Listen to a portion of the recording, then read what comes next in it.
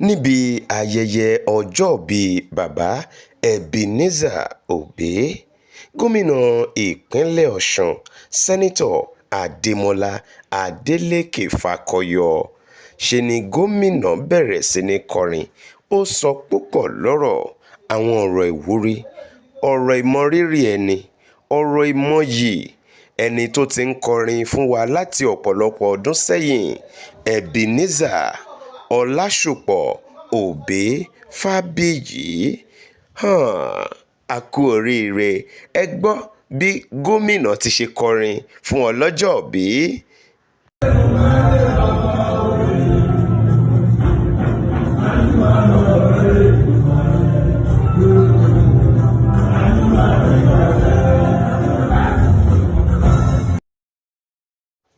Kò tán síbẹ̀, àwọn èèyàn jàǹkàn-jàǹkàn lórílẹ̀‐èdè Nàìjíríà, àwọn ọlọ́lá, olókìkí, ẹni iyì, ẹni ẹ̀yẹ àtàwọn ẹni àpọ́nlé ni wọ́n péjọ tí wọ́n wá ṣe ayẹyẹ ọjọ́ ìbí olóríire Baba Evangelist Ebenezer Ọlásùpọ̀ tí gbogbo èèyàn mọ̀ sí Obey Commander Ebenezer Obey.